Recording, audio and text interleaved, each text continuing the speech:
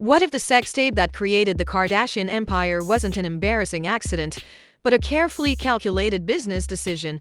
What if everything the world believed about Kim Kardashian's rise to fame, the leak, the shame, the lawsuit, the family drama was never the whole truth? And now, almost 20 years later, Ray J is taking the stand, ripping open a story that the Kardashians have tried to bury for decades, a story that could rewrite the very origin of one of the most powerful media dynasties in the world. Hey everyone! Before we go deeper into this insane legal war, make sure you hit subscribe, like the video, and turn on notifications so you never miss any updates on this Hollywood showdown. Because what's unfolding right now isn't just another celebrity fight. This is a battle over legacy, power, control, and the truth behind an empire built on scandal. For years, the world believed one version of events. In 2007, a private tape of Kim Kardashian and Ray J supposedly leaked without Kim's consent. She was portrayed as the devastated victim, Kris Jenner as the protective mother who wanted justice, Ray J as the villain, the man who exploited Kim for attention. It was a story that shaped public opinion, boosted ratings for Keeping Up with the Kardashians, and helped create the sympathetic narrative that made Kim instantly relatable to millions. But according to Ray J, almost every part of that story was a lie. In his new lawsuit, he claims that not only was the tape consensual, but that he and Kim actually discussed releasing it publicly as early as 2006. And the most explosive part, Ray J says Kim insisted her mother, Kris Jenner, be brought into the negotiations immediately. According to him, Kris wasn't just aware of the tape, she allegedly oversaw the entire rollout like a manager overseeing a PR campaign. Ray J claims all three of them, Kim, Kris, and himself, signed licensing agreements with Vivid Entertainment, the company that ultimately released the tape. And here's the twist. Ray J says they didn't just release the tape, they allegedly crafted an entire narrative around it. A script, a storyline, a fake lawsuit designed to make it look like the video was leaked against Kim's will in order to generate sympathy, media coverage, and global attention, the kind of attention that money can buy, the kind that builds empires. For years, Ray J stayed quiet. He says he played his part, honored the agreement, and dealt with the public backlash. Meanwhile, the Kardashian brand grew bigger and bigger: reality shows, fashion lines, endorsements, billion-dollar businesses, and a cultural influence that touched nearly every part of American entertainment. But then, according to Ray J, everything changed in 2023. He alleges that after years of tension, he, Kim, and Kris reached a secret settlement worth $6 million. But the money wasn't the key part.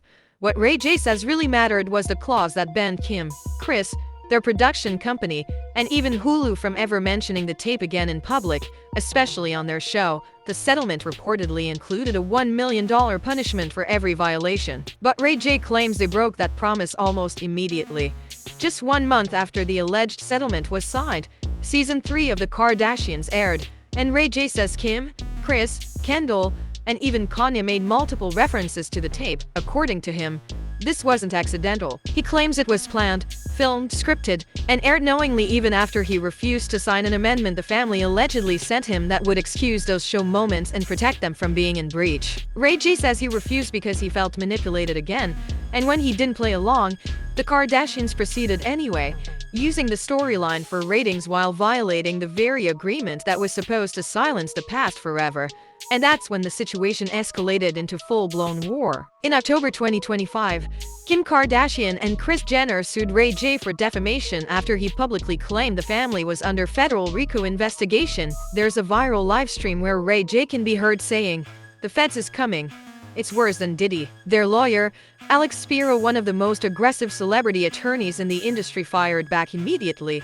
He insisted the claims were false, reckless, and damaging, and accused Ray J of launching a harassment campaign to exploit their names. Ray J responded with a countersuit, and he didn't hold back. In the documents, he calls the Kardashians' lawsuit a PR stunt.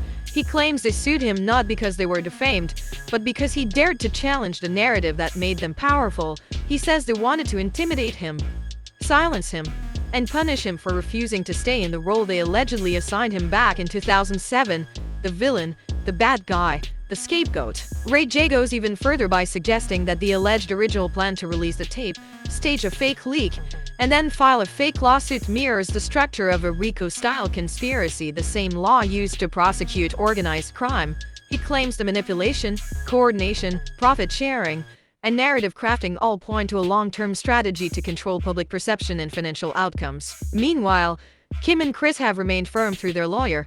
They say Ray J's claims are frivolous, fabricated, and delusional. They insist there is no RICO investigation, no federal involvement, and no conspiracy. According to them, Ray J is simply lashing out years later because he regrets his role in the scandal that made him famous. But here's where things get even more complicated. Because this case isn't just about what happened 20 years ago, it's about what happens now, in real time, inside the courtroom. Legal experts say one of the biggest questions in this entire saga is whether statements made on a reality show, even if filmed months before airing, can legally count as public references under a sealed settlement. It sounds simple, but it's not. If Ray J can prove that the Kardashians violated the agreement by allowing those clips to air, the consequences would be explosive. Because that wouldn't just mean a technical breach, it would open the door for something the Kardashian machine has avoided for nearly 2 decades. It could force a family to turn over internal production notes, private emails, unreleased footage, behind-the-scenes recordings, personal text messages, the kind of material that reveals how the Kardashian brand is actually engineered, managed, and protected from the inside. And the truth is, that's the one place the public has never been allowed to look. For years, the Kardashians have controlled their image with absolute precision. The lighting, the angles, the conversations, the narratives, everything. But this case threatens to peel back that perfectly crafted curtain, inch by inch, exposing private truths the world was never meant to see. And beneath the legal filings, the emotional stakes are even higher. Ray J says he's tired of carrying the label that was stamped onto him by the media. He doesn't want to go down in history as the reckless antagonist in a story he says was orchestrated long before the world found out. In his eyes, this isn't just a lawsuit. It's redemption.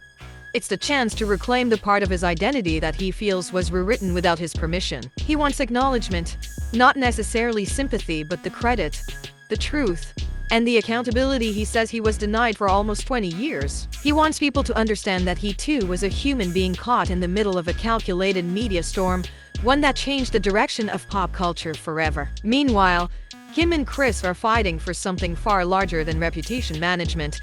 They are defending the foundation upon which an entire empire was built. Because if Ray J proves even a fraction of what he claims, it threatens the very origin story that has followed Kim since 2007. The story of a young woman who survived humiliation, rose above scandal, and turned pain into power, ultimately becoming a billionaire mogul. If that story cracks even slightly, the cultural meaning of the Kardashian legacy shifts permanently. It's not just about fame anymore. It's not even about money. It's about the mythology, the narrative that built a dynasty. And that is why this legal battle feels so much heavier than the headlines suggest. Every court filing is like a new chapter. Every leaked message is another fracture. Every public statement has the power to sway millions of opinions and reshape how history remembers one of the most influential families on the planet. Right now, both sides are pushing, pulling, and fighting for the same thing: control of the truth. Because whoever controls the truth controls the legacy. And as this battle escalates, one thing has become painfully clear: this is no longer a dispute about a tape. This is a war over the story itself. A battle for the final version of a narrative that defined careers, shaped pop culture, and influenced an entire generation. If you found this breakdown eye-opening, hit that like button. Drop your thoughts in the comments. Who do you believe is telling the truth? And don't forget to subscribe so you don't miss a single twist in this rapidly unfolding case. I'll be following every document, every reveal, every shift in this story. And trust me, what's coming next will change everything. Stay tuned, stay locked in, and keep watching.